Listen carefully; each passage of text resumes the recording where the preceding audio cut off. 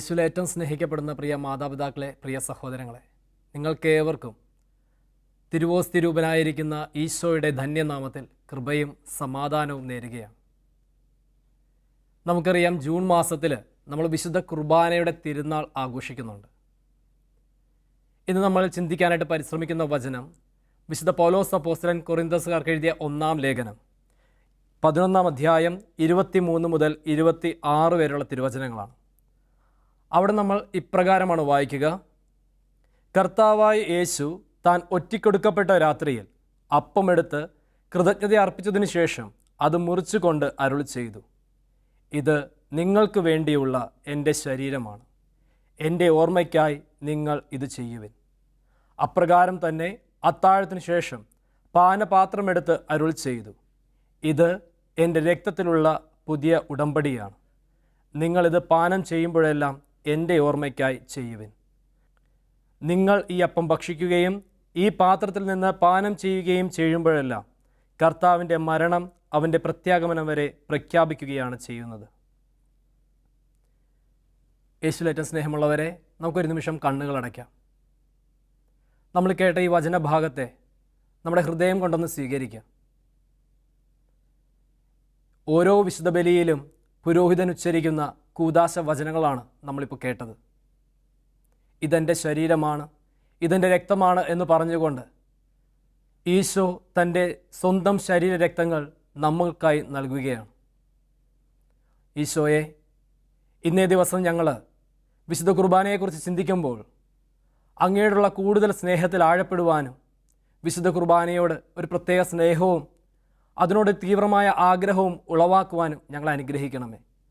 പരിശുദ്ധമേ മാതാവേ, ഞങ്ങളുടെ ഈ ശുശ്രൂഷയെ പൂർണ്ണമായിട്ടും അമ്മയുടെ കരങ്ങളിൽ സമർപ്പിക്കുന്നു. ഈ ശുശ്രൂഷയിലുടനീളം അമ്മയുടെ മധ്യസ്ഥ ശക്തി ഞങ്ങളുടെ മേലുണ്ടായിരിക്കണമേ. നന്മ നിറഞ്ഞ മറിയമേ സ്വസ്തി, കർത്താവ് അങ്ങയുടെ കൂടെ സ്ത്രീകളിൽ അങ്ങ് അനുഗ്രഹിക്കപ്പെട്ടവളാകുന്നു. അങ്ങയുടെ ഉദരത്തിൻ്റെ ഫലമായി ഈശോ അനുഗ്രഹിക്കപ്പെട്ടവനാകുന്നു. പരിശുദ്ധ മറിയമേ, തമ്പുരാൻ്റെ അമ്മേ, പാപികളായി ഞങ്ങൾക്ക് വേണ്ടി ഇപ്പോഴും ഞങ്ങളുടെ മരണസമയത്തും തമ്പുരാനോട് അപേക്ഷിക്കണമേ. ആമേൻ. സ്നേഹമുള്ളവരെ, ഈ കാലഘട്ടത്തിൽ നമുക്ക് വിശുദ്ധ കുർബാന ഒരു അനുഭവമാകുന്നില്ല. വിശുദ്ധ കുർബാന പങ്കെടുക്കുന്നുണ്ടെങ്കിലും ആ കുർബാന നമുക്കൊരു അനുഭവമാകുന്നില്ല. എന്താണ് ഇതിൻ്റെ കാരണം? വിശുദ്ധ കുർബാന നമുക്ക് അനുഭവമാകാത്തത് നമ്മൾ ലോകത്തിൻ്റെ മനുഷ്യരായി നമ്മുടെ ആവശ്യങ്ങൾക്ക് വേണ്ടി മാത്രം വിശുദ്ധ കുർബാനയെ സമീപിക്കുന്നത് കൊണ്ടാണ്. ഈ ലോകത്തിനപ്പുറം ഒരു നിത്യമായ ജീവിതം നമുക്കുണ്ട് എന്നൊരു ബോധ്യം നമുക്കുണ്ടെങ്കിൽ, ഈ ലോകത്തിനപ്പുറം ഈശോയുമായിട്ടുള്ള ഒരു ജീവിതം നമുക്കുണ്ട് എന്നൊരു ബോധ്യമുണ്ടെങ്കിൽ, വിശുദ്ധ കുർബാന നമുക്കൊരു ദിവ്യഭോജ്യമാണ്. വിശുദ്ധ കുർബാന നമുക്കൊരു ആത്മസംതൃപ്തിയാണ്. ഇത് നമുക്ക് സാധിക്കാതെ പോകുന്നതിൻ്റെ കാരണം, വിശുദ്ധ കുർബാനയ്ക്ക് നമ്മളൊരു വില കൊടുക്കാത്തതിൻ്റെ കാരണം, കർത്താവിൻ്റെ ആ ത്യാഗത്തെ, കർത്താവിൻ്റെ സ്നേഹത്തെ നമ്മൾ മനസ്സിലാക്കാതെ പോകുന്നത് കൊണ്ടാണ്.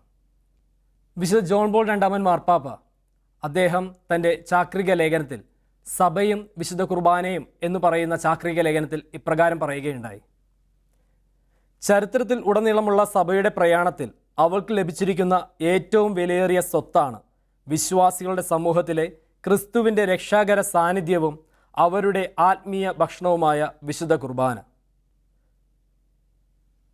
ഈ വിശുദ്ധ കുർബാനയാണ് നമ്മൾ അനുദിനം കാണുന്നത്. പക്ഷേ നമുക്ക് ഈ വിശുദ്ധ കുർബാന ഒരു അനുഭവമാകുന്നില്ല. നമുക്ക് അനുഭവമാകുന്നില്ലെങ്കിലും, നമുക്ക് തിരിച്ചറിയാൻ സാധിക്കുന്നില്ല എങ്കിലും, ഈ വിശുദ്ധ കുർബാനയെ യഥാർത്ഥത്തിൽ തിരിച്ചറിയുന്ന ചില ആൾക്കാർ നമ്മുടെ ഇടയിലുണ്ട്. നമ്മൾ പലപ്പോഴും വില കുറച്ച് കാണുന്ന നമ്മുടെ സമൂഹത്തിൻ്റെ പേരിൽ, നമ്മുടെ പഠനങ്ങളുടെ പേരിൽ, അല്ലെങ്കിൽ ജോലി കാര്യങ്ങളുടെ പേരിൽ നമ്മൾ മാറ്റിവെക്കുന്ന ഒരു അരമണിക്കൂർ, 1 മണിക്കൂർ ഉള്ള ഈ വിശുദ്ധ ബലി അർപ്പണത്തിൻ്റെ സമയം നമ്മൾ മാറ്റിവെച്ച് നമ്മുടെ മറ്റു പല കാര്യങ്ങളിലേക്കും പോകുമ്പോൾ, ഒരു വിശുദ്ധ ബലിയിൽ പങ്കെടുക്കുവാനായിട്ട് മാസങ്ങളോളം കാത്തിരിക്കുന്ന ദൈവജനങ്ങൾ നമ്മുടെ ചുറ്റുപാടുമുണ്ട്. ഒന്ന് ആഫ്രിക്കൻ രാജ്യങ്ങളൊക്കെ ഒന്ന് പരിശോധിക്കുകയാണെങ്കിൽ നമുക്ക് കാണാൻ സാധിക്കും, അവർ മാസങ്ങളോളം കാത്തിരുന്നിട്ടാണ് ഒരു പുരോഹിതൻ ഒരു ബലിയർപ്പിക്കാനായിട്ട് അവരുടെ പ്രദേശങ്ങളിലേക്ക് കടന്നു വരുന്നത്. ആ സമയം അവർ ചുറ്റുപാടുമുള്ളവരെ വിളിച്ചുകൂട്ടി ഒരു മരത്തിൻ്റെ ചുവട്ടിലൊക്കെ നിന്ന് വിശുദ്ധ ബലി അർപ്പിക്കുന്ന പടങ്ങളൊക്കെ നമ്മൾ ഫേസ്ബുക്കിലും സോഷ്യൽ മീഡിയയിലൊക്കെ പലപ്പോഴായി കാണാറുണ്ട്. നമുക്ക് പക്ഷേ എല്ലാത്തിനും സൗകര്യം ലഭിച്ചിട്ടും, എല്ലാത്തിനുള്ള സാന്നിധ്യം ലഭിച്ചിട്ടും നമ്മൾ പലപ്പോഴും നമ്മുടേതായ തിരക്കുകളുടെ പേരിൽ നമ്മൾ ഈ കുർബാനയെ മാറ്റിവെക്കുകയാണ്. ഞാൻ ഈ കഴിഞ്ഞ ദിവസങ്ങളിലൊക്കെ ആദ്യ കുർബാന കുട്ടികൾക്ക് ക്ലാസ് എടുക്കുവാനായിട്ട് പല പള്ളികളിലും പോകുവാൻ അവസരം ലഭിച്ചു. ആ സമയങ്ങളിലൊക്കെ കുട്ടികളോട് തമാശ രൂപേണ ചോദിക്കാറുണ്ടായിരുന്നു, നിങ്ങൾ കഴിഞ്ഞ മാസങ്ങളിലൊക്കെ പള്ളിയിൽ വന്നിട്ടുണ്ടോ എന്ന്. അപ്പോൾ അവർ പറഞ്ഞാൽ ഈ 2 മാസങ്ങൾ അടുപ്പിച്ച് എല്ലാ ദിവസവും പള്ളി വന്നൊരു കൈപോക്കാൻ പറഞ്ഞപ്പോൾ എല്ലാവരും തന്നെ കൈപോക്കി. ഞാൻ പറഞ്ഞു ജനുവരി ഫെബ്രുവരി മാസമൊക്കെ ഒന്ന് പള്ളി വന്നവരൊന്ന് കൈപോക്കാൻ പറഞ്ഞു. ആ സമയത്ത് 1-2 പിള്ളേർ കൈപോക്കി. ഞാൻ പറഞ്ഞു ഓക്കെ, കഴിഞ്ഞ വർഷം 2024 പള്ളിയിൽ വന്നവരൊക്കെ ഒന്ന് കൈപൊക്കിക്കുക എന്ന് പറഞ്ഞപ്പോൾ ഏതാനും ചില 1-2 കുട്ടികൾ ഒഴിച്ച് ബാക്കി ആരും കൈപൊക്കിയിട്ടില്ല. അപ്പോൾ ഞാൻ ചോദിച്ചു, എന്തുകൊണ്ടാണ് ഈ കഴിഞ്ഞ 2 മാസം നിങ്ങൾ മുടങ്ങാതെ ദേവാലയത്തിൽ വന്നത്? എന്തുകൊണ്ടാണ് ഈ കഴിഞ്ഞ 2 മാസം മുടങ്ങാതെ നിങ്ങൾ ദേവാലയത്തിൽ വന്നത്? ഈ കുട്ടികളിൽ കുറച്ചൊക്കെ സത്യസന്ധതയുണ്ട്. അവർ കള്ളത്തരം കാണിക്കുമെങ്കിലും കള്ളത്തരം തുറന്നു പറയാനായിട്ടുള്ള ഒരു സന്മനസ് അവർക്കുണ്ട്.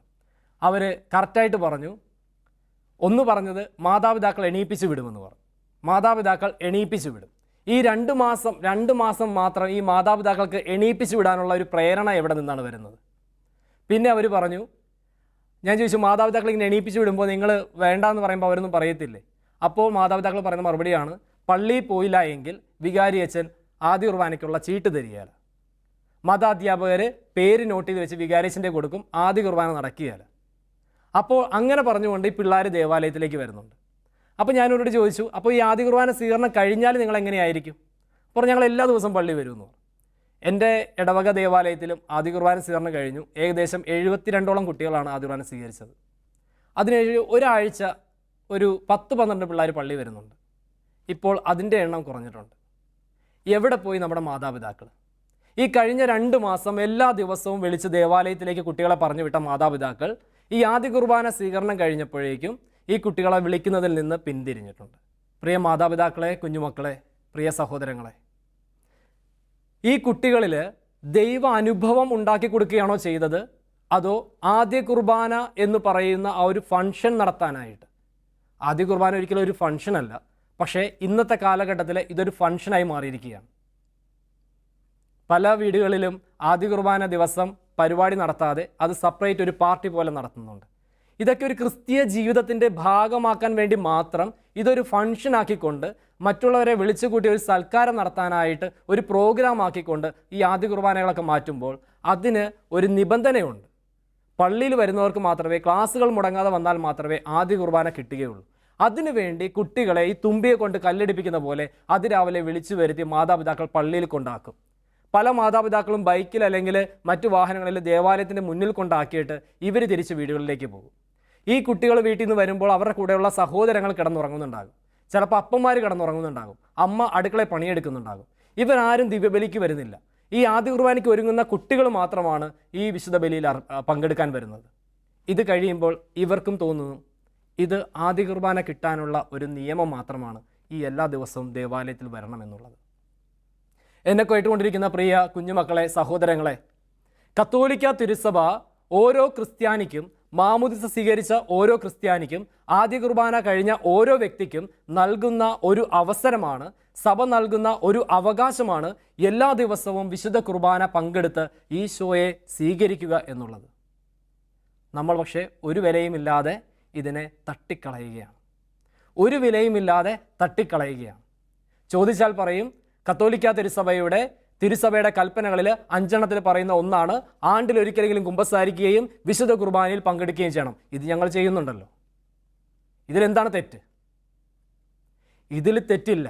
പക്ഷേ എല്ലാ ദിവസവും നിനക്ക് വിശുദ്ധ കുർബാന സ്വീകരിക്കാനുള്ള, ഈശോയെ ഉള്ളിലേക്ക് സ്വീകരിക്കുവാനുള്ള അവസരം സഭ ഒരുക്കിയിട്ട് നമ്മളത് പ്രയോജനപ്പെടുത്താതെ പോകുമ്പോൾ ഈശോയുമായുള്ള എൻ്റെ ബന്ധം, കർത്താവുമായിട്ടുള്ള എൻ്റെ ബന്ധം എത്രത്തോളം എനിക്ക് കാത്തു സൂക്ഷിക്കാൻ പറ്റുന്നുണ്ട്?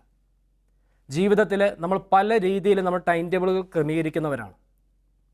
ഡോക്ടറിന് പഠിക്കുന്ന കുട്ടികൾ അതിരാവിലെ എണീറ്റ് പഠിക്കുന്നു, എൻട്രൻസ് കോച്ചിങ്ങിന് പോകുന്നു, പോലീസ് ആകാനും പട്ടാളത്തിൽ ചേരാനുള്ളവർ അതിരാവിലെ എണീറ്റ് ഓടുന്നു. അത്തരത്തിൽ ദൂരെ ജോലിയുള്ളവർ അതിരാവിലെ എണീറ്റ് ട്രെയിൻ യാത്ര ചെയ്യുന്നു. അത്തരത്തിൽ നമ്മുടെ ജീവിതങ്ങൾ ക്രമീകരിക്കാൻ നമുക്ക് നന്നായിട്ടറിയാം. എന്തുകൊണ്ട് ഒരു അരമണിക്കൂർ എൻ്റെ ജീവിതത്തിൻ്റെ ഏറ്റവും മൂല്യമായ വിശുദ്ധ കുർബാന സ്വീകരിക്കുവാനായിട്ട്, കർത്താവിനെ എൻ്റെ ഉള്ളിലേക്ക് സ്വീകരിക്കുവാനായിട്ട് ഒരു ദിവസം അരമണിക്കൂർ നമുക്ക് എന്തുകൊണ്ട് മാറ്റിവെക്കാൻ പറ്റുന്നില്ല?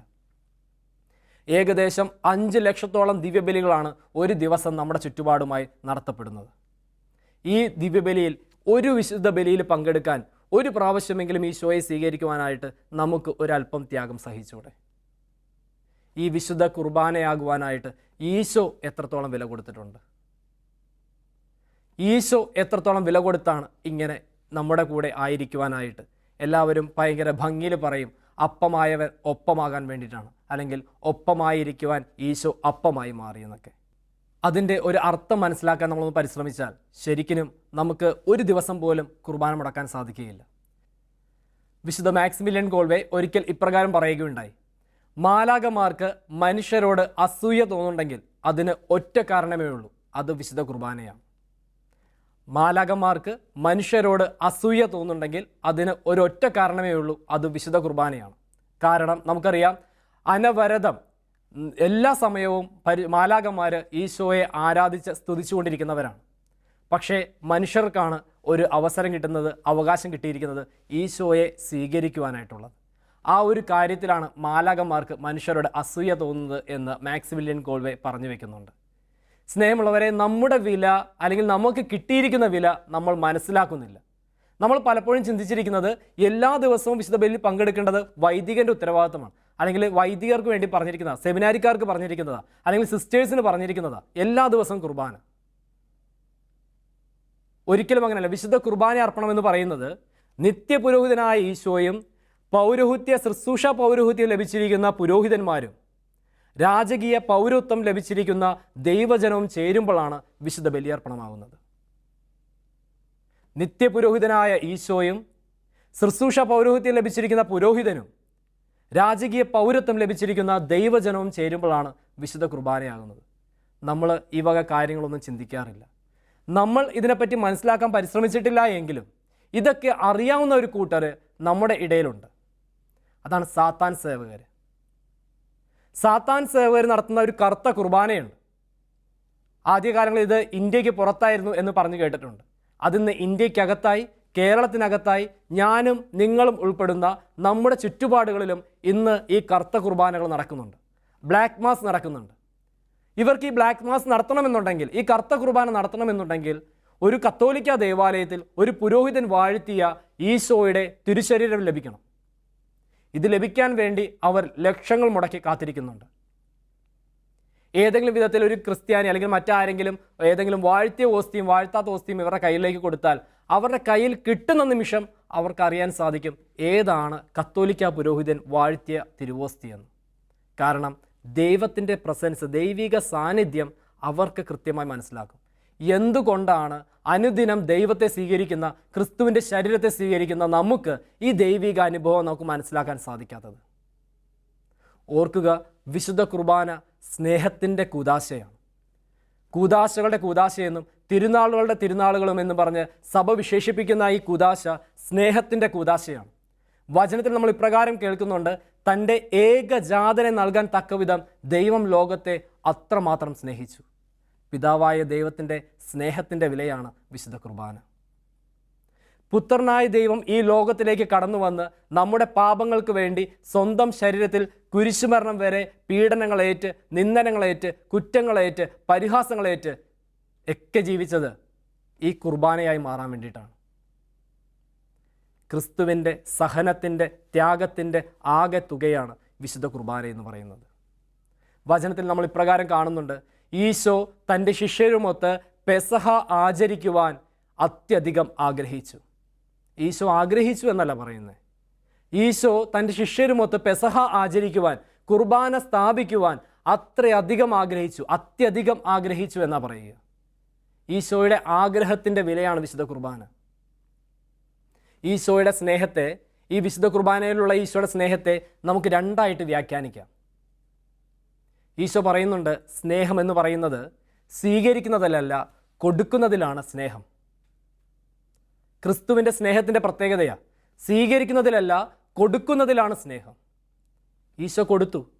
ഈശോയുടെ ശരീരവും രക്തവും നമുക്കായി അവിടുന്ന് കൊടുത്തു. കർത്താവ് സ്വീകരിക്കാനല്ല ശ്രമിച്ചത്, അവിടുന്നൊന്നും സ്വീകരിക്കാൻ ശ്രമിച്ചില്ല. നേരെ മറിച്ച് തൻ്റെ ജീവിതത്തിലുടനീളം തൻ്റെ ജീവിതം തന്നെ മറ്റുള്ളവർക്ക് കൊടുത്തുകൊണ്ട് കടന്നു പോകുവാനായിട്ടാണ് ഈശോ ശ്രമിച്ചത്, പരിശ്രമിച്ചത്, ജീവിച്ചത്. അനുദിനം കർത്താവിനെ സ്വീകരിക്കുന്നതിലൂടെ കർത്താവിൻ്റെ ഈ ഒരു മനോഭാവം സ്വീകരിക്കുന്നതിലല്ല കൊടുക്കുന്നതിലാണ് സ്നേഹമെന്നുള്ള മനോഭാവം നമ്മിലേക്ക് കടന്നു വരും. പ്രിയ മാതാപിതാക്കളെ, നിങ്ങളിപ്പോൾ മക്കൾക്ക് സ്വീകരിക്കുകയാണോ ചെയ്യുന്നത്, മക്കളിലേക്ക് നിങ്ങൾ കൊടുക്കുകയാണോ ചെയ്യുന്നത്? നമ്മൾ പലപ്പോഴും പറയും, മക്കൾക്ക് ഞങ്ങൾ വിദ്യാഭ്യാസം കൊടുക്കുന്നു, മക്കൾക്ക് ഞങ്ങൾ പഠിക്കാനുള്ള സാഹചര്യം കൊടുക്കുന്നു, എല്ലാം കൊടുക്കുന്നു എന്ന് പറയുന്നു. പക്ഷേ നിങ്ങൾ കൊടുക്കുന്നത് കൊടുക്കുന്ന മനോഭാവത്തോടു കൂടിയല്ല. ഈ മക്കളിൽ നിന്ന് നിങ്ങൾക്ക് പലതും ലഭിക്കുമെന്നുള്ള സ്വീകരിക്കുവാനായിട്ടുള്ള ഒരു ഒരുക്കത്തോടെയാണ് നിങ്ങൾ ഈ കാര്യങ്ങൾ കൊടുക്കുന്നത്. നിങ്ങൾ നിങ്ങളെ തന്നെ മക്കൾക്ക് കൊടുക്കുകയാണെങ്കിൽ ആദ്യം യേശുവിനെ കൊടുക്കുവാനായിട്ട്, അവൻ്റെ ജീവിതത്തിൽ അവന് ഏറ്റവും വേണ്ടപ്പെട്ട യേശുവിനെ കൊടുക്കുവാനായിട്ട് നിങ്ങൾ അവരെ ഒരുക്കും. രണ്ടാമതായി, യേശുവിൻ്റെ സ്നേഹത്തെ നമുക്ക് മനസ്സിലാക്കി കൊടുക്കാനായിട്ട്, അല്ലെങ്കിൽ യേശുവിൻ്റെ സ്നേഹത്തെക്കുറിച്ച് നമ്മൾ ചിന്തിക്കുകയാണെങ്കിൽ രണ്ടാമത് കാണുന്നത് വാക്കിലല്ല പ്രവൃത്തിയിലാണ് സ്നേഹമെന്ന് യേശു നമ്മളെ കാണിച്ചു തരുന്നുണ്ട്. വിശുദ്ധ കുർബാന അതിനൊരു മാതൃകയാണ്. വിശുദ്ധ കുർബാന അതിനൊരു അടയാളമാണ്. വാക്കിലല്ല പ്രവൃത്തിയിലാണ് സ്നേഹമെന്നത്. കാരണം എല്ലാവരും പറഞ്ഞു വയ്ക്കുന്നുണ്ട്, മറ്റുള്ളവരെ സഹായിക്കണം, മറ്റുള്ളവരെ അവർക്ക് വേണ്ടി ജീവിക്കണം എന്നൊക്കെ. വാക്കുകൊണ്ട് പറയാൻ എല്ലാവർക്കും എളുപ്പമാണ്. ഗാന്ധിജിയുടെ ഒരു വാക്കുണ്ട്, action speak louder than words എന്ന്. നമ്മുടെ പ്രവൃത്തി നമ്മുടെ വാക്കുകളേക്കാൾ കൂടുതൽ സംസാരിക്കുന്നുണ്ട്. പക്ഷേ ഈശോ ഇങ്ങനെ പറഞ്ഞു വയ്ക്കുകയല്ല ചെയ്തത്. ഈശോ ചെയ്തത് താൻ എന്താണോ പറയുന്നത് അത് തൻ്റെ പ്രവൃത്തിയിലൂടെ കാണിച്ചു തരികയാണ്. അതിനൊരു തെളിവ് തന്നെയാണ് അന്ത്യത്താഴ സമയത്ത് ഈശോ താൻ അണിഞ്ഞിരുന്ന മേലങ്കിയൊക്കെ മാറ്റിവെച്ച് അരയിലൊരു കച്ച ചുറ്റി തൻ്റെ ശിഷ്യന്മാരുടെ അടുത്തേക്ക് വന്നിട്ട് അവരുടെ പാദങ്ങൾ കഴുകുന്നുണ്ട്. നമ്മൾ കൊന്തയിലുമ്പോൾ ഇങ്ങനെയല്ലേ വായിക്കുക? ശിഷ്യന്മാരുടെ പാദങ്ങൾ കഴുകിയതിന് ശേഷം സ്നേഹത്തിൻ്റെ ശാശ്വത സ്മാരകമായി അവിടുന്ന് വിശുദ്ധ കുർബാന സ്ഥാപിച്ചു. ഈ ശിഷ്യന്മാരുടെ പാദങ്ങൾ കഴുകിയിട്ട് ഈശോ പറഞ്ഞ ഇതാണ്, മറ്റുള്ളവരുടെ യജമാനൻ ആകാൻ ആഗ്രഹിക്കുന്നവൻ. ശിഷ്യന്മാരുടെ പാദങ്ങൾ കഴുകിയതിന് ശേഷം ഈശോ അവരോട് പറഞ്ഞത് ഇപ്രകാരമാണ്, നിങ്ങളിൽ വലിയവനാകാൻ ആഗ്രഹിക്കുന്നവർ മറ്റുള്ളവരുടെ ദാസന്മാരാകണം, മറ്റുള്ളവരെ ശുശ്രൂഷിക്കണം. ഞാൻ വന്നിരിക്കുന്നത് ശുശ്രൂഷിക്കപ്പെടാനല്ല, ശുശ്രൂഷിക്കുവാൻ വേണ്ടിയിട്ടാണ്. സ്നേഹമുള്ളവരെ, ഈശോയുടെ ജീവിതം മുഴുവനും, ഈശോ പ്രഘോഷിച്ചത് മുഴുവനും ആ ഒരു ഒറ്റ നിമിഷം അവരുടെ പാദങ്ങൾ കഴുകിക്കൊണ്ട് കർത്താവ് കാണിച്ചു തന്നു, നിങ്ങൾ നിങ്ങളുടെ കൂടെയുള്ളവരുടെ സേവകരായി മാറണം. വാക്കിലല്ല പ്രവൃത്തിയിലാണ് സ്നേഹം. ഈശോ പ്രവൃത്തി കൊണ്ട് കാണിച്ചു തന്നു എങ്ങനെയാണ് എളിമപ്പെടേണ്ടത്, എങ്ങനെയാണ് മറ്റുള്ളവരുടെ മുമ്പിൽ നമ്മൾ എളിമപ്പെടേണ്ടത്. നമ്മുടെ കുടുംബത്തിലൊക്കെ നോക്കുമ്പോൾ എന്തുകൊണ്ടാണ് നമ്മുടെ കുടുംബങ്ങളിൽ മാതാപിതാക്കളും മക്കളും തമ്മിൽ സ്വരച്ചേർച്ചയുണ്ടാകുന്നത്? എന്തുകൊണ്ടാണ് ഒരു യോജിപ്പോടു കൂടി മുന്നോട്ട് പോകാൻ സാധിക്കാത്തത്? സ്നേഹമുള്ളവരെ, ഈശോയുടെ ഈ സ്നേഹം നമ്മുടെ കുടുംബങ്ങളിലേക്ക് നമുക്ക് ഇൻപുട്ട് കൊടുക്കാനായിട്ട് സാധിക്കുന്നില്ല. നമ്മുടെ സ്നേഹമെല്ലാം സ്വാർത്ഥ സ്നേഹത്തിലേക്ക് പോവുകയാണ്. എനിക്ക്, അല്ലെങ്കിൽ എൻ്റെ ആവശ്യങ്ങൾ എനിക്ക് എന്നുള്ളതിലേക്ക് ഇടുങ്ങി പോകുമ്പോഴാണ് നമ്മുടെ സ്നേഹത്തിൻ്റെ, കർത്താവിൻ്റെ സ്നേഹവുമായിട്ട് ചേർന്ന് പോകാതെ വരുന്ന അവസ്ഥ. അനുദിനം ദേവാലയത്തിൽ പോയി വിശുദ്ധ ബലിയിൽ പങ്കെടുത്ത് കർത്താവിൻ്റെ ആ സ്നേഹത്തോട് നമ്മുടെ ഹൃദയത്തോട് ചേർത്ത് വയ്ക്കുമ്പോൾ നമുക്കും ഈശോയിലുള്ള സ്നേഹത്തിൻ്റെ ഒരു അനുരൂപം നമ്മുടെ ഉള്ളിലേക്കും കൂടി കടന്നു വരും. ആ ഈശോനെയും കൊണ്ട് നമ്മൾ കടന്നു ചെല്ലുന്ന നമ്മുടെ ഭവനങ്ങളിലാണെങ്കിലും നമ്മുടെ ഓഫീസുകളിലാണെങ്കിലും നമ്മളുമായി ബന്ധപ്പെട്ടിരിക്കുന്ന പല സാഹചര്യങ്ങളിലാണെങ്കിലും ആ ഈശോയുമായി കടന്നു ചെല്ലുമ്പോൾ കർത്താവിനെ നമുക്ക് കൊടുക്കാൻ സാധിക്കും, കർത്താവിൻ്റെ സ്നേഹം നമുക്ക് പങ്കുവയ്ക്കാൻ സാധിക്കും. അത്തരത്തിൽ ഈശോയ്ക്ക് വേണ്ടി ദാഹിച്ചിരുന്ന ധാരാളം വിശുദ്ധർ നമ്മുടെ ഇടയിൽ ജീവിച്ചിരിപ്പുണ്ട്. ഈശോയ്ക്ക് വേണ്ടി ദാഹിച്ചിരിക്കുന്ന ആത്മാക്കൾ നമ്മുടെ ഇടയിലുണ്ട്. അവരോടൊപ്പം നമുക്കും കൂടി ഈശോയെ ഇത്തരത്തിൽ ദാഹിക്കാം. സ്നേഹമുള്ള മാതാപിതാക്കളെ, പ്രിയ സഹോദരങ്ങളെ, നമ്മൾ അനുദിനം ദേവാലയത്തിൽ പോയി വിശുദ്ധ കുർബാന സ്വീകരിക്കുകയും നാം സ്വീകരിച്ച ഈശോയുമായി നമ്മുടെ ഭവനങ്ങളിലേക്ക് കടന്നു വന്നിട്ട് ഇത്തരത്തിൽ ദൈവത്തിൻ്റെ സ്നേഹം നമുക്ക് കൊടുക്കുവാൻ സാധിക്കുമ്പോഴാണ് നമ്മുടെ സ്നേഹവും തമ്പുരാൻ്റെ സ്നേഹവും തമ്മിൽ ഒന്ന് ഐക്യപ്പെടുന്നതേ ഉള്ളൂ. അല്ലെങ്കിൽ നമ്മുടെയൊക്കെ സ്നേഹം ഒരു ഇടുങ്ങിയ സ്നേഹത്തിലേക്ക്, എൻ്റേത് അല്ലെങ്കിൽ എനിക്ക് മാത്രം, ഞങ്ങളുടേത് മാത്രം എന്നുള്ള ഇടുങ്ങിയ ചിന്താഗതിയിലേക്ക് നമ്മുടെ സ്നേഹങ്ങൾ മാറിപ്പോകാറുണ്ട്. ഈ കാലഘട്ടത്തിൻ്റെ, ഈ ലോകത്തിൻ്റെ സ്നേഹത്തിലേക്ക് നമ്മൾ വഴുതി വീഴാനായിട്ട് ഇടവരരുത്. ഈശോയ്ക്ക് വേണ്ടി ജീവൻ കൊടുക്കാൻ വേണ്ടി തയ്യാറായ ധാരാളം വിശുദ്ധരെ നമുക്കറിയാം. ഇവർക്കൊക്കെ ഈശോയ്ക്ക് വേണ്ടി ജീവിക്കാൻ സാധിച്ചത്, തമ്പുരാന് വേണ്ടി സ്വന്തം ജീവൻ കൊടുക്കാൻ സാധിച്ചത് വിശുദ്ധ കുർബാനയെ അവർ നെഞ്ചോട് ചേർത്ത് വെച്ചതുകൊണ്ടാണ്. വിശുദ്ധ മദർ തെരേസ പറയുന്നത്, എല്ലാ ദിവസവും വിശുദ്ധ കുർബാനയിൽ പങ്കെടുത്ത് ദിവ്യകാരുണ്യത്തെ നോക്കിയിരുന്നാലേ എൻ്റെ ജീവിതത്തിൽ അന്നത്തെ ദിവസം പ്രവർത്തിക്കാനുള്ള ഊർജ്ജം എനിക്ക് ലഭിക്കുകയുള്ളതെന്നാണ്. അത്തരത്തിൽ വിശുദ്ധ കുർബാനയുടെ മദർ തെരേസയ്ക്ക് ഒരു അതികഠിനമായ സ്നേഹമുണ്ടായിരുന്നു. പറഞ്ഞറിയിക്കാൻ പറ്റാത്ത അത്രയും സ്നേഹം വിശുദ്ധ കുർബാനയോട് മദർ തെരേസയ്ക്ക് ഉണ്ടായിരുന്നു. ഈ ന്യൂജൻ വിശുദ്ധനെന്ന് നമ്മൾ വിശേഷിപ്പിക്കുന്ന കാർലോ അക്വിറ്റസിൻ്റെ ജീവിതത്തിലും ദിവ്യകാരുണ്യത്തോട് അതിയായ ഭക്തി ഉണ്ടായിരുന്നു. നമുക്കറിയാം, നമ്മുടെയൊക്കെ മക്കൾ മൊബൈൽ ഫോണിലും നെറ്റ്വർക്കിലുമൊക്കെ സോഷ്യൽ മീഡിയയിലുമൊക്കെ ഇങ്ങനെ പിണഞ്ഞു കിടക്കുന്ന ഈ സമയങ്ങളിൽ കാർലോ അക്വിറ്റസ് ഒരു മാതൃകയാണ്. തനിക്ക് ലഭിച്ചിരുന്ന സാഹചര്യങ്ങൾ മുഴുവനും ദിവ്യകാരുണ്യ അത്ഭുതങ്ങൾ അന്വേഷിച്ചറിഞ്ഞ് അത് മറ്റുള്ളവരിലേക്ക് എത്തിക്കുവാനായിട്ട് ആ ചെറുപ്പക്കാരൻ എടുത്ത ത്യാഗം, അവനെടുത്ത ആ പരിശ്രമം, അത് ഇന്ന് വിശുദ്ധിയുടെ പടവുകൾ ചവിട്ടുവാനായിട്ട് ആ യുവാവിനെ, ആ ഒരു ചെറുപ്പക്കാരനെ സഹായിക്കുന്നു.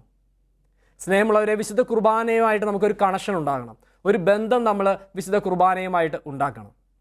വിശുദ്ധ കുർബാനയുടെ തിരുനാൾ ആചരിക്കുന്ന ഈ ദിവസം ഒരു തീരുമാനമെടുക്കാനായിട്ട് നിങ്ങൾക്കും എനിക്കുമൊക്കെ സാധിക്കണം. ജീവിതത്തിൽ എത്രയേറെ തിരക്കുകളുണ്ടായാലും എത്രയേറെ ബുദ്ധിമുട്ടുകളുണ്ടായാലും ഒരു ദിവസം ഒരു വിശുദ്ധ ബലിയിൽ ഞാൻ പങ്കെടുക്കും, എൻ്റെ കുടുംബവുമായി സാധിക്കുന്ന ദിവസങ്ങളിൽ ഞാൻ വിശുദ്ധ കുർബാനയിൽ പങ്കെടുക്കും എന്നൊരു തീരുമാനമെടുക്കാനായിട്ട് നമുക്ക് സാധിക്കണം. വിശുദ്ധ കുർബാനയുമായി ബന്ധപ്പെട്ടുള്ള ഒരു കാര്യം കൂടി നിങ്ങളോട് പറയാനായിട്ട് ആഗ്രഹിക്കുകയാണ്. ഒരിക്കലും ഒരു വൈദികൻ തൻ്റെ ശുശ്രൂഷകളൊക്കെ കഴിഞ്ഞ് മുറിയിൽ വിശ്രമിക്കുന്ന സമയത്ത് ആ ഇടവകയിലെ 1-2 മനുഷ്യർ ആ വൈദികനെ വന്ന് വിളിക്കുന്നുണ്ട്.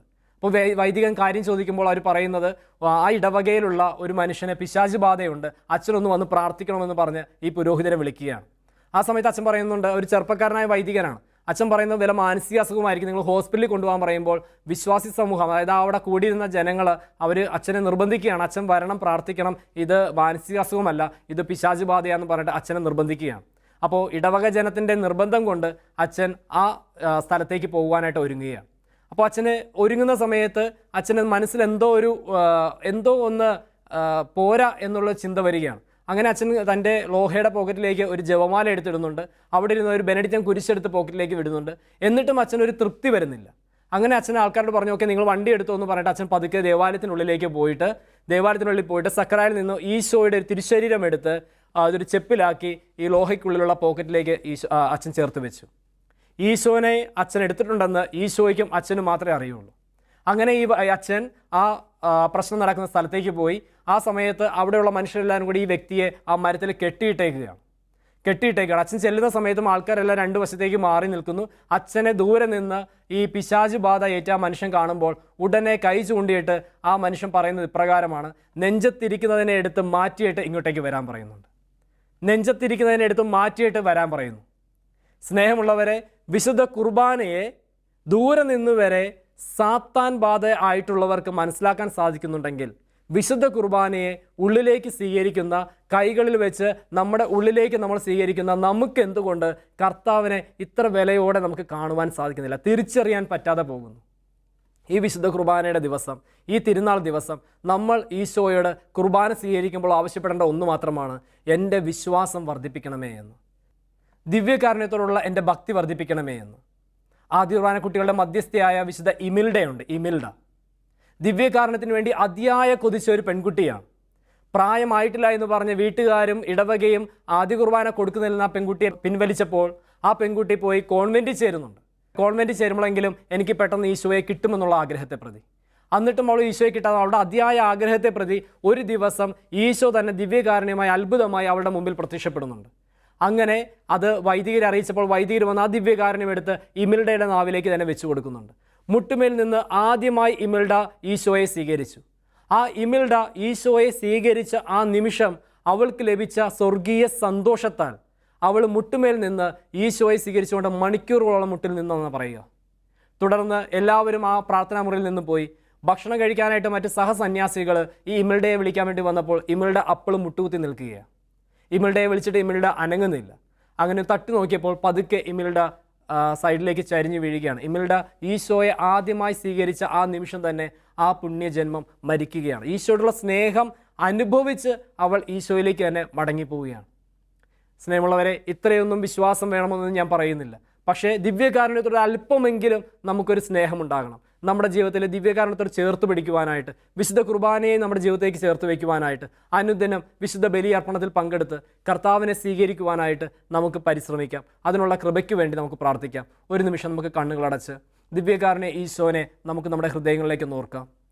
വിശുദ്ധ കുർബാനയോട് അതിയായ സ്നേഹവും താല്പര്യമുണ്ടാകുവാനായിട്ടുള്ള അനുഗ്രഹത്തിന് വേണ്ടി നമുക്ക് പ്രാർത്ഥിക്കാം. പരിശുദ്ധ അമ്മേ മാതാവേ, അമ്മയുടെ കരങ്ങളിലേക്ക് ഞങ്ങളുടെ കുടുംബത്തെയും ഞങ്ങളുടെ വ്യക്തിപരമായ ജീവിതത്തെയും സമർപ്പിക്കുന്നു. അമ്മ ഞങ്ങൾക്ക് വേണ്ടി നിരന്തരം മധ്യസ്ഥം വഹിക്കണമേ.